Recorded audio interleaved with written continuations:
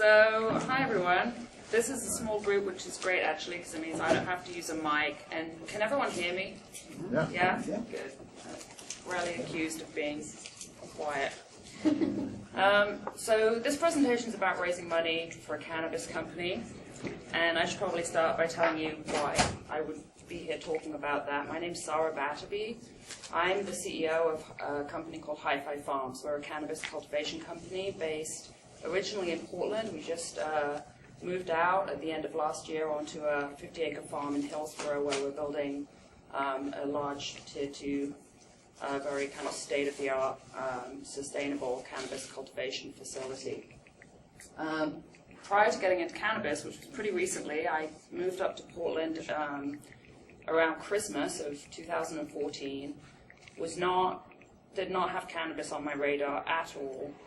Didn't know what I was going to do. I was kind of bailing out of the Bay Area and Silicon Valley and just looking for a total change. And I did all the normal stuff, went and spoke to Nike and talked with all the VCs around town. That was what I was in before. None of that seemed super appealing. And some friends of mine were growing weed. And the Measure 91 had just passed. So they were like, well, we think there's an opportunity here, but we know how to grow weed, but we don't know very much about business, and would you take a look at it, and maybe we could team up?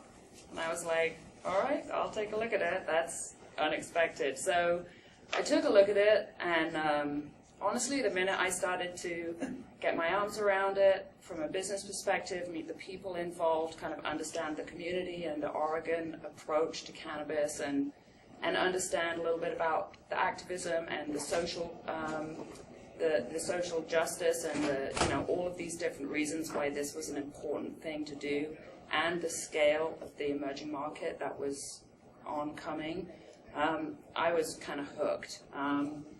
And I had come out of, really 20 years of, I graduated from college, got my first job. It was a corporate job, kind of did my time, 3 or 4 years.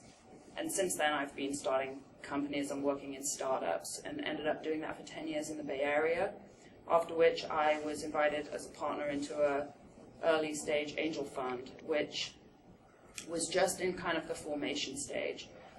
So I went in there to design a portfolio strategy to bring a kind of more data-driven and information-based approach to very early stage investing. So I spent a lot of time looking at risk and risk profiles in early stage industries, understanding risk profiles in emerging markets and accelerating markets, and really getting my head into kind of the way investors look at these things and the way people who invest money should be trying to look for and measure risk in these very young companies. That was an amazing experience, and it really allowed me to absorb what I think of as an investor mindset. So when I came into cannabis, I came in as an operator, but I had very much kind of absorbed this idea and this habit of thinking like an investor and thinking about risk from that perspective. Then we started with Hifi. We grew some weed, and then we kind of took it around town and got it into the market, figured out where we were in the market. I'd heard from my cultivator that he grew the best weed, but then I met like 100 other cultivators, and they all said that. So I was like, I don't know the difference, because I wasn't a weed person. But it turns out he kind of does grow the best weed, so that was good news, and I heard that from lots of dispensaries and folks as I started to go out into the industry. And so I felt like there was something in the company, a very unique team, really committed, passionate about sustainability and organics and just doing this in a clean way and making it a really craft industry, very kind of typical with the Oregon ethos around very conscientious types of consumption. And I thought, there's something here, and I can build a business around this. And so we just set to work doing that. And part of that was fundraising. I'll go through the two main aspects of fundraising as I see it. But just to say, it's fundraising is a tactical skill set. You know, it involves a certain kind of preparation and documentation and you know, stuff that you need support from a lawyer and all of these different things that need to be in place.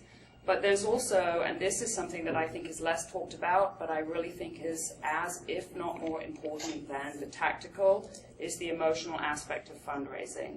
And I say one of the first things you need to know about fundraising is it's hard. I mean, it's challenging emotionally and exhausting in a way that it's very difficult to anticipate. It requires a level of kind of engagement and attention that isn't like any other piece of the business that I'm aware of. And it also requires you to go out into the world every day as just kind of a believer. Because the one thing that you can sniff out in an entrepreneur, if you're an investor, is uncertainty, insecurity, or lack of kind of preparation and knowledge. And so you have to go out there every day and be on. And that's a very tiring thing to do. So the first step in your fundraising strategy is figure out who's going to be the person who you can call every day and they can say to you, you got this, you're doing great, everything's going to be fine. I mean, I'm not kidding. Like, figure out in a startup, like, who that emotional support is going to come from, because you're going to need it if you're going to do this every day for probably 6 months to a year, which is how long it's going to take, more or less, usually, unless you have some magical thing that speeds it up. So I broke fundraising down into two components, tactical and emotional. I think emotional is, like I said, I actually think it's more important, but I'm going to address tactical first because I know people are always hungry to be like, what do I do? Just tell me what I actually have to do. So we're going to take a look at that. And the first thing in that would be preparation. Preparation is really critical because it demonstrates to whoever you're talking to that you have a really strong grasp on the business and the opportunity that you're presenting to them. Now, that's important for two reasons. It's important that they know that you know what you're doing, but it's also important that they recognize that you've thought about them in terms of if they're going to invest in you, what you're really saying to them is, I realize that you're making this huge gesture of confidence with your money into my company, and I need to demonstrate to you that that's a good decision. And so preparation is key. And one of the things that I see a lot of entrepreneurs do is they start a business and they're super excited about it and they get a lot of work done. And in cannabis, these companies are quite mature. Often there's product on shelf already. There's revenue already because people are either growing or they've come up with the product and they've figured out a kind of little bit of a brand and they're off to the races. And then there's an expanding legal market and there's a lot of investor interest. And so all these interactions start to happen between entrepreneurs who are kind of moving down the pathway and just starting to realize that maybe they want to raise some money, which you don't have to do. You can just bootstrap it and grow it organically. But these entrepreneurs are kind of rolling down the road and these interactions start to happen. And I get these phone calls from people saying, we've got this investor, he wants to give us this much money, he's psyched about what we're doing. And I'm just like, stop right now. When you're fundraising, what you need to do is recognize that there's a body of work that needs to be absolutely complete and organized before you start those conversations. And if you do find yourself in those conversations and someone shows interest, that's amazing. What you want to do is you want to have that person's contact information and stay very closely in touch with them. But what you say to them is, it's really important for me that I present a very comprehensive opportunity, and we are in the process of compiling our investor package, and you will be the first to hear about it when it's ready. Now, that's important for a couple of reasons. Firstly, that's a professional and appropriate way to handle this. There is a body of work. You do need to be prepared. But the other thing it does is it immediately shifts the dynamic between you and the investor, where an investor's like, yeah, I've got a little bit of money, I'm interested in cannabis. And then there's this thing that happens where you're like, oh, me, and suddenly you're in this kind of questing, exchange.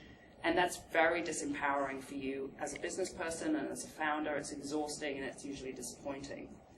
If you can start thinking of yourself as the person who really holds the golden egg, and you're the one who's commanding and controlling this opportunity, and you start setting time frames for your raise and sticking to them, you're going to send a very clear message to an investor that you're going to prepare, you're going to come to them with something that you've decided what you want and what it's connected to, and you're going to have an organized and structured raise, and they are going to wait for you while you get ready to kick that thing off.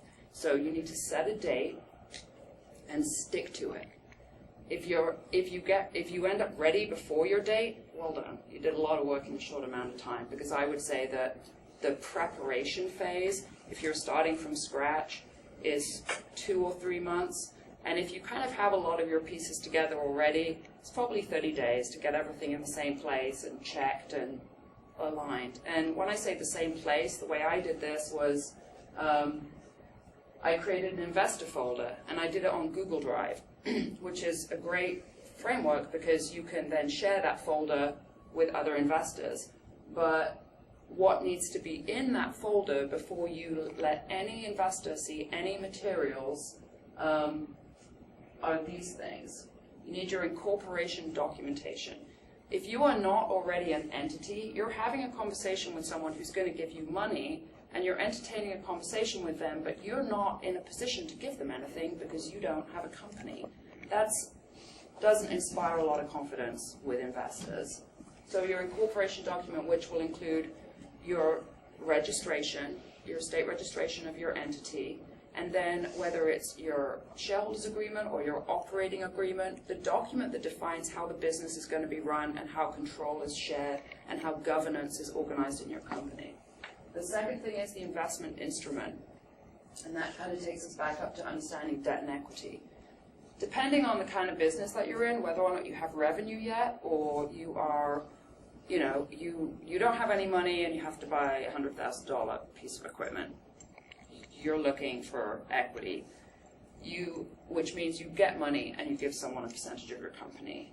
You have revenue and you want to buy a $100,000 piece of equipment to have more revenue. Now you have some options. Maybe debt is an opportunity for you.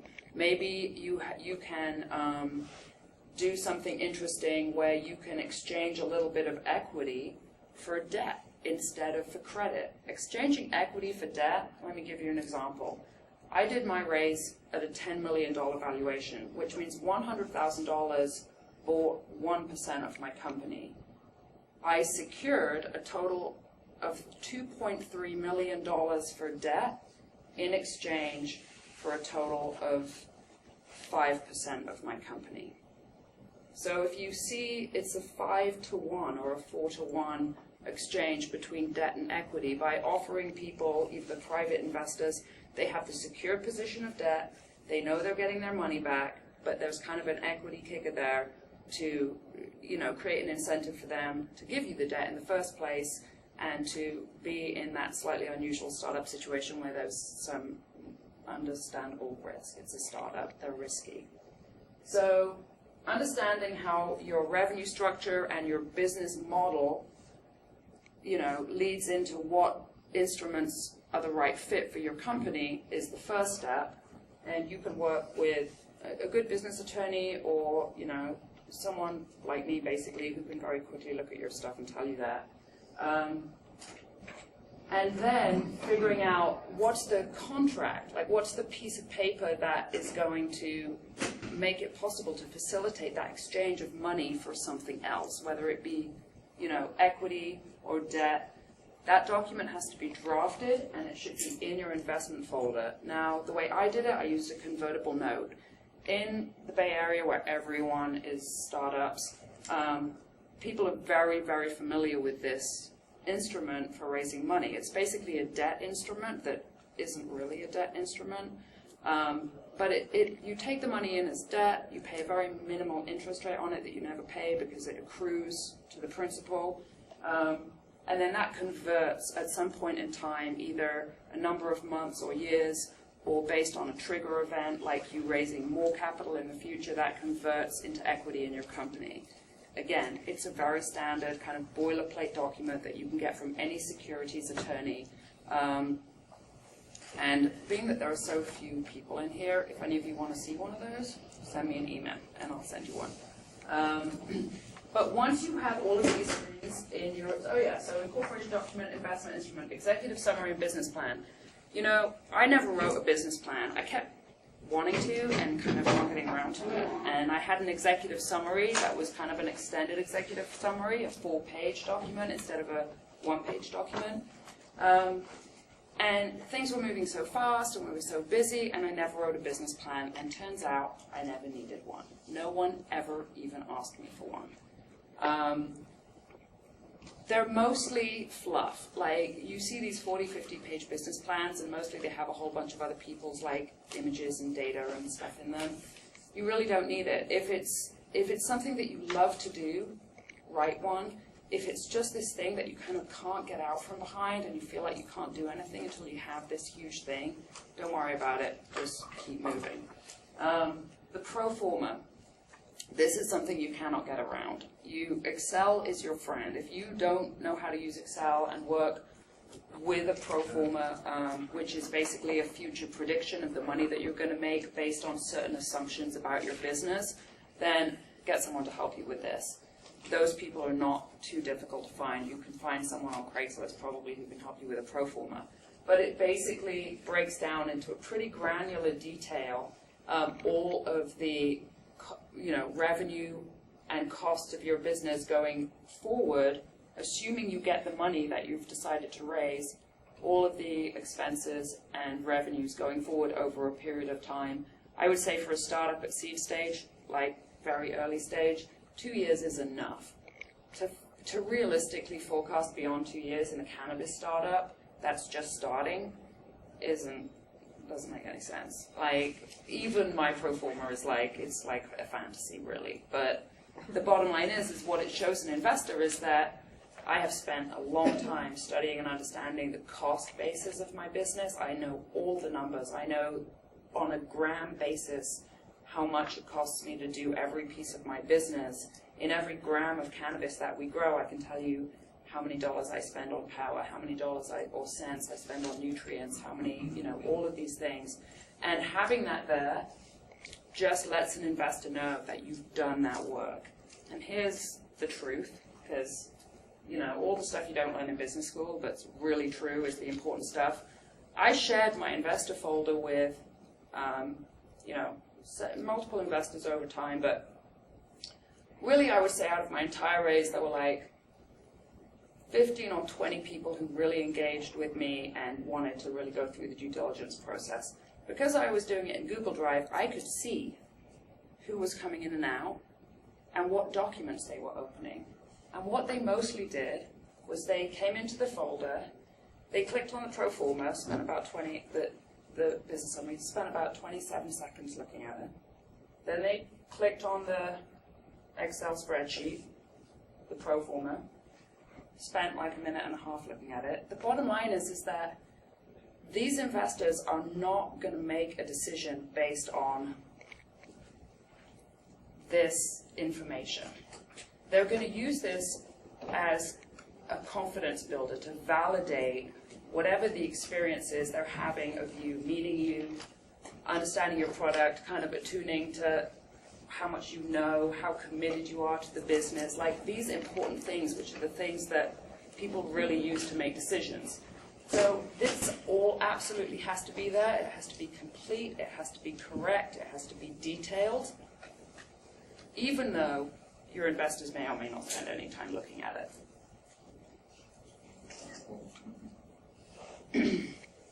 So the second thing is okay, you're all ready to go, and you've got your folder. This is another question I get asked all the time. How do I meet investors? Well, it's really, I don't know, it's like being single and deciding you want to get married, and how do I meet a husband? I don't know, or a wife. Join a church, go join a club, think about who you work with, like all of these different things. It's no different. You have to kind of go through these tiers of relationships. Basically, you're looking for people to connect with and build a relationship with that's going to end in a transaction. So who are your people? At seed stage, friends and family is a critical part of investing. Now, we did a Hifi. We topped out at like a $3.5 million raise at the seed stage. That's a big raise at the seed stage. 60% of that was debt, 40% of that was equity. I would call it a friends and family raise. It's very unusual to do a friends and family raise that big. But the thing is, they weren't my friends and family. You know, it wasn't just me.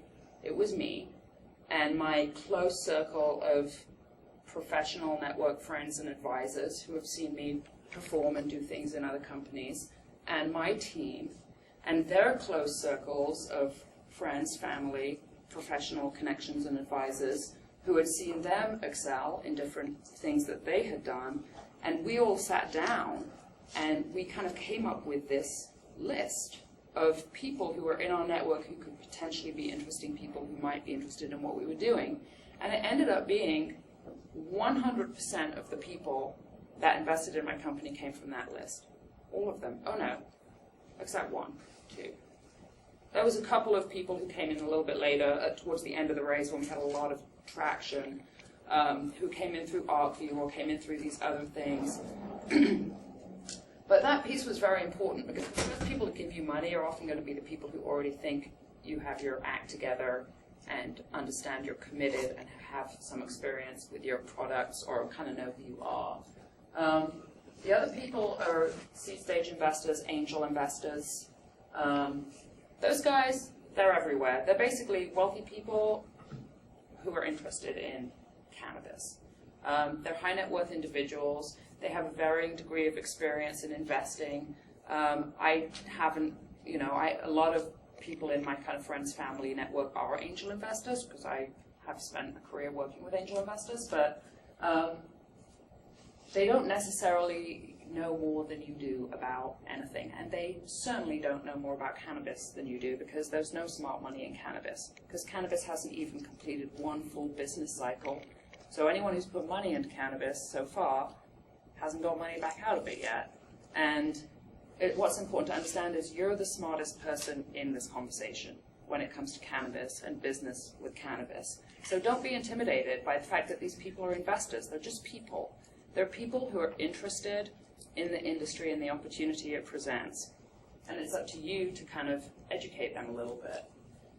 Friends, make a list, networks. When I came to Portland, the first thing I did really was found the Portland chapter of Women Grow, which blew up because, first of all, there was no networking in cannabis, and there was also no professional networking group for women who had never, until this point, been recognized as professionals in cannabis or had the opportunity to go to an environment where they were not being kind of objectified or, weird, weedy, nudie branding-ified, where they would be in a respectful environment that, was appropriate for their business aspirations. It blew up. Before you know it, I had 300 cannabis professionals in my network. That was amazing. Now, there's a lot of groups now. There's a lot of organizations here in Oregon, OCA, Women Grow is still growing strong. There's just a ton. So just pick one, pick one, get involved, volunteer, participate in the leadership, find a way to engage with the community that you're in. It builds knowledge, it builds relationships, it makes people recognize and trust you. All of these things. I was able to invite my investors to Women Grow that I was running, and they could see me standing in the front of the room leading a really dynamic community of cannabis professionals, and what they got out of that was, that girl knows how to put something together. I mean, it's something as simple as that. You can make things happen, and when you're in a startup, it's all about just making things happen. Platforms. I wouldn't recommend this unless you are just totally having a hard time or you're just that kind of person who doesn't like to network. There are a lot of platforms that facilitate investment between early stage investors and early stage companies. like AngelList and CannaFunder. Some of them now are cannabis focused, some of them are general. Gust is another one. And while we're talking about Gust, just as a note, the guy who founded Gust is a guy called David Rose, and he wrote a book called Angel Investing. Read it. What you've got to understand is, even though it's not your job to speak the language that investors speak and understand all the terms and the technicalities of what they do, it definitely helps if you're at least familiar with some of the concepts and the terms and the way that these people think. And if you read that book, it'll get you a really good ground level education in angel and early stage investing and kind of what it's about. And then momentum. Like, there's this thing that happens, like, you can't do this in fits and starts. You've set yourself that date, you've crossed the, you've come out of the gate. You've got to do this every day. And the reason is something happens when you just consistently work at it, you'll develop a certain amount of momentum. You'll feel it in the conversations that you're having. You'll feel it in just, the energy level that you have around this piece of the work. You'll feel it in all of these different ways. And what it does is it takes this thing, which is super hard, it's kind of what I call a push model, where you're just pushing and pushing, and it turns it into a pull model, where you almost can have this experience where you can kind of get into a flow with it, and it starts being easy, and there's momentum. And the thing about momentum is it generates energy, and that energy, people can feel it. Like, people can feel it when you're moving and when your company's moving, and that is what investors look for. That wind in your sails, momentum, that is what pushes a company forward. So the other thing is, you've got people contacting you, which is the best situation, or you're reaching out and contacting people. And now it's really all about presentation and communication. The first thing I would say is I didn't do a business plan, and the other thing I didn't do was a pitch deck. I ended up making a pitch deck because I went and pitched to ArcView, mostly when my raise was over, because it was kind of a fun thing to do, honestly. But if you don't need a pitch deck, if you're not pitching in front of a room full of people that you don't know, you don't need a pitch deck. It gets in the way of what you're really trying to have, which is a conversation with these people. So always start with a conversation. If someone emails you and says, send me your stuff, you just say, I'd really prefer it if we could start with a conversation, and then if you're interested in seeing my investment package, I would be happy to share that with you. Never break that rule. Never show an investor any written materials and documentation until they've taken half an hour out of their day to talk to you. And if they don't want to do that, their level of interest is not high enough to anticipate a good outcome, and it's a waste of everybody's time. So first, start with a conversation. Second, send the materials. But as part of the conversation that you just had, you agree to send them your materials and access to this beautiful investment folder that you've made. But you've already scheduled a follow-up call. Do not put yourself in a position where you're kind of, so how did you get time to look at it? So are you there? Again, that kind of deals with that dynamic where you're back into this me, and it sucks. It's draining. It makes it creates a hierarchy of power within what should just be a peer transaction. You have an offering, they have some money. It's an equal exchange. So you've got to keep the playing field even. So schedule a follow-up call and really make sure that they can commit to that, and then send them the materials. Third, the minute I had someone in my investment folder, I started treating them like they were already an investor and actually already a member of my board. If something happened in the industry that I thought was interesting or that was going to affect my business, I would send out emails. And what I would do is I would tell the investors I was doing this, and I would ask them, hey, I'm sending out emails to the people who are giving me commitments and looking at my company. Do you mind if I put you on the list to receive these emails? They'll say yes, which means that now you're sending out emails to, maybe it starts off with 4 or 5 people. Don't do it when it's just one person. When it's 4 or 5 people, send the email. Every time something happens, send an email. I used to run into problems that I just didn't know how I was going to solve because the rules were changing, and it was really a problem. It was like one day I woke up and the new version of the rules meant that I could neither be the CEO of my company or work within it because I was not a resident of Oregon. Huge problem. I've already spent a bunch of time and got money into this company. So I told all my investors about it and I'll keep you tuned. This is an interesting challenge. We don't know what we're going to do. So even when it was a problem, I just ditched the face game. I stopped trying to act like everything was okay and this isn't hard and challenging, and I let these people who were looking at my company in on the actual process. And what that did was it created this huge amount of trust. The level of transparency and communication, you're already treating these people like you have their money, and you're respecting their right to understand what the material situation is that's affecting the company, which you need to do when you have a board. But you don't need to do with someone who's thinking about giving you $50,000. But if you do it, they will give you $50,000 because it's such a great way to create that engagement and connection. So commitments. It's totally appropriate to say to somebody as part of this dialogue, and you're back and forth, you're sending them the updates, you're like, what is your level of interest? And are you at a place where you feel like you can make a commitment? Now, a commitment isn't them writing you a check. It's just them saying that they plan to write you a check. This is when they can do that. Some people, I have money coming from over here, or I have to sell equities, or I have to, I'm selling my house, whatever. How much can they make a commitment? How much is it for? And when can they deliver on it? Now, more investors will make commitments than will give you money. But here's the thing. Once you have commitments, that's a very well understood term in fundraising. People know what it means. And you can start talking about commitments. And you can start adding up the numbers. Oh, you're raising $500,000 and you have $250,000 in commitments.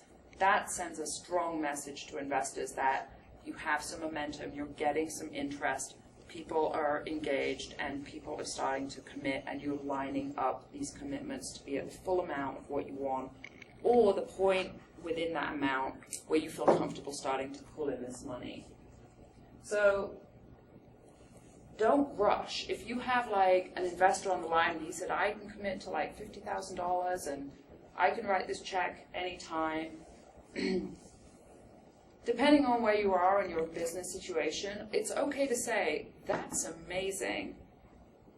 I'm lining up, I'm going to spend the next, couple of weeks lining up all of my commitments, and I'll send you the date when I'm going to start calling in this capital.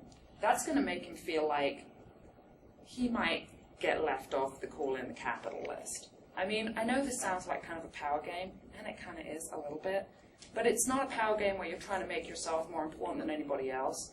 All you're trying to do is address this kind of really traditional dynamic of the investor holding all the power and you being in this kind of very weakened, striving situation. So it creates kind of a sense of scarcity, and it basically resets, you're just constantly resetting this dynamic to just be an equal person in the world. That's what I tell myself. So I just thought I'd throw in a couple of slides that I did use when I finally put a pitch together, just to give you an example of a couple of things. An investment opportunity. Be direct, be specific. So this would be an example. We're seeking $400,000 in equity or debt capital. I would suggest you take off the debt, probably. $100,000 of this is currently committed, say. You don't have to, if it's not closed, that's fine.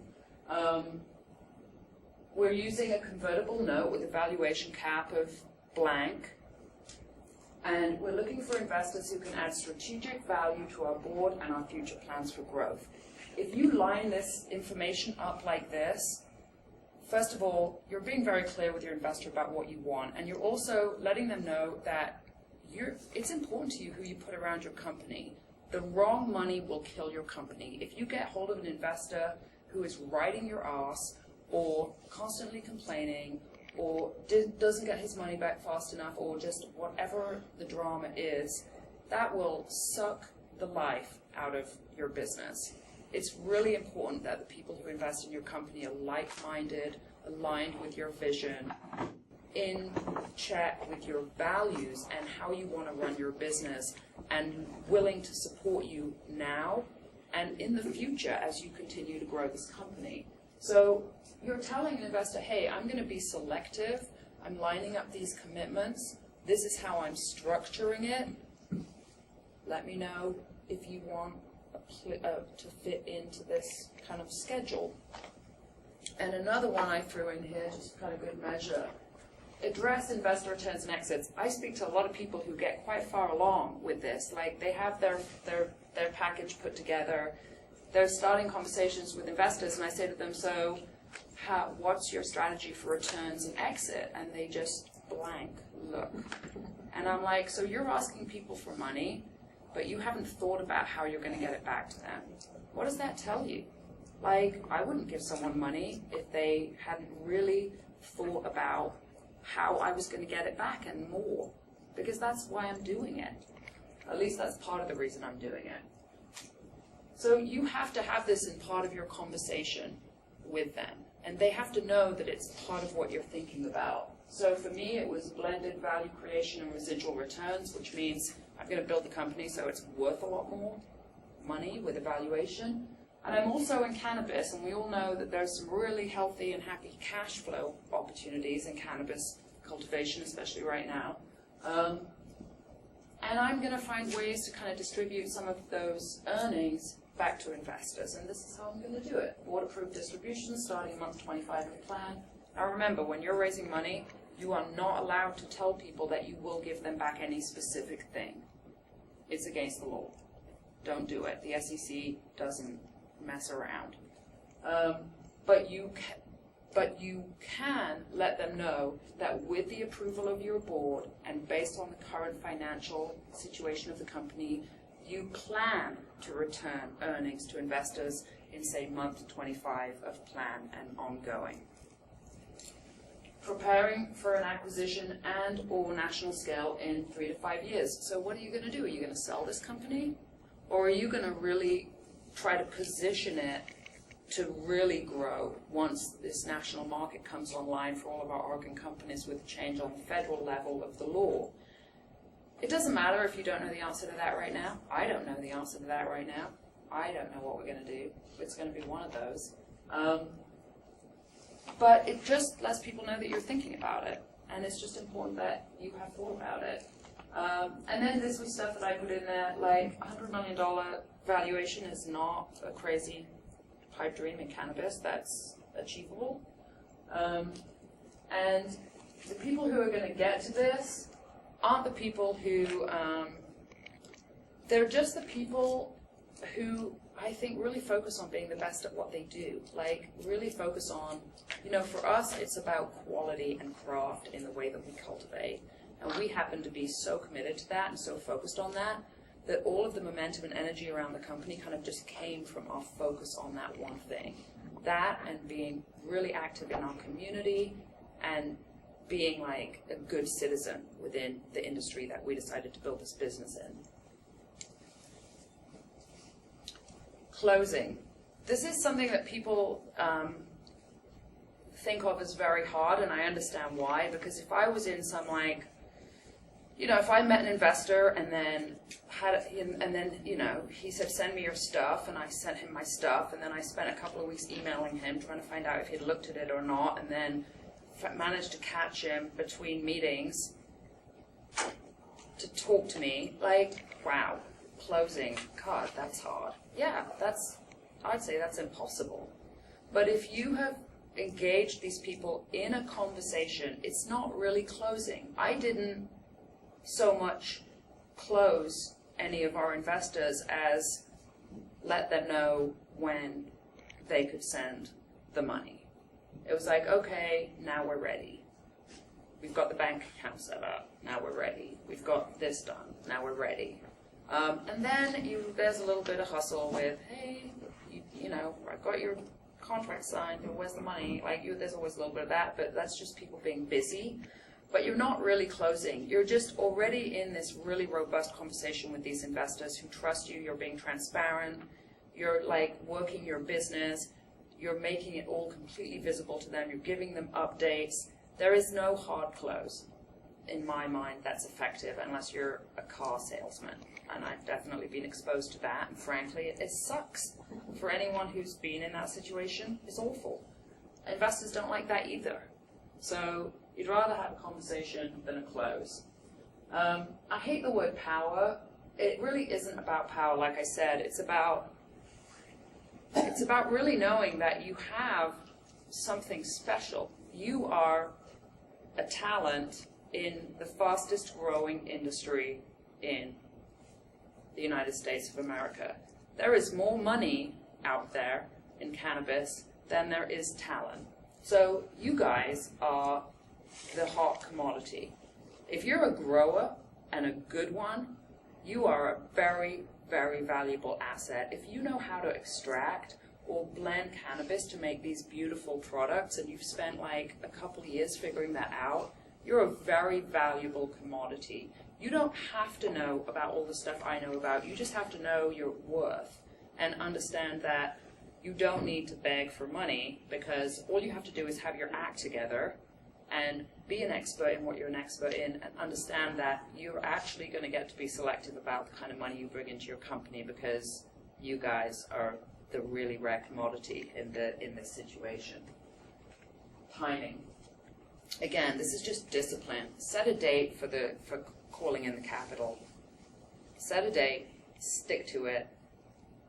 You're going to have to do this really weird thing where you kind of say no to money in a way, either because someone you don't like wants to give you some, don't take it, or because you're not really ready for it, don't take it. But saying no to money is about as empowering a thing as you can do as an early stage founder. Like, it just changes everything. You're like, oh my God, that guy totally wants to give me money, but he's an idiot, or he's an asshole. This isn't going to go well. Or he wants this big chunk of my company, and he wants to hire someone to be my boss. I'm like, go away.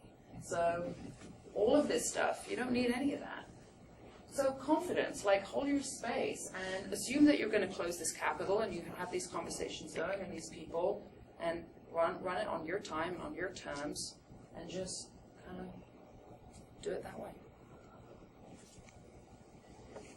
So like I said, the art and science, and that's, I guess that was the science part, even though it was a little artsy. I get it. I mean, I think my approach to fundraising is much more kind of relational. It's kind of maybe a more feminine approach to fundraising. But I did want to touch on the emotional, and I think what's happened actually here is I've kind of woven a lot of that into the tactical piece. But just to add a little bit to it, these are the components of the emotional piece. It's a mindset, a story, authenticity, confidence and trust, and I call it being a hero, just because I'm reading that Joseph Conrad? The Hero's Journey? Anyway, Joseph Campbell, thanks. So, mindset and story. I heard this quote like a while ago, but weirdly enough, it's true. And it's ask for money and you'll get advice, and ask for advice and you'll get money. So I know that's true because I started to ask the people who were interested in investing in my company for advice, and all of them who I stayed in that conversation with gave me money. 100%. I don't know anyone who's closed as many out of an initial set of investors in an early stage raise as I have, and that's how I did it. I engaged them in that process.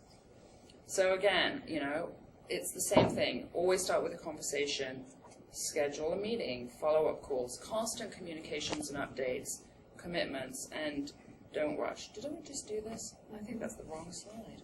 No. Oh, okay. Well, I think I'm repeating myself. So here's the mindset and story as well. Story is really important. I don't think it's talked about enough in kind of finance. Investors, early stage investors, they're almost hobbyists. Like, you've got to, anyone who's like made enough money to be an angel investor, they'll get the advice that they're getting from their financial advisor is take 5% of your portfolio and do what you want with it. Don't worry, it doesn't matter if you lose it. You've got $4 million, you can afford to lose a couple $100,000. That's who an early stage investor is mostly.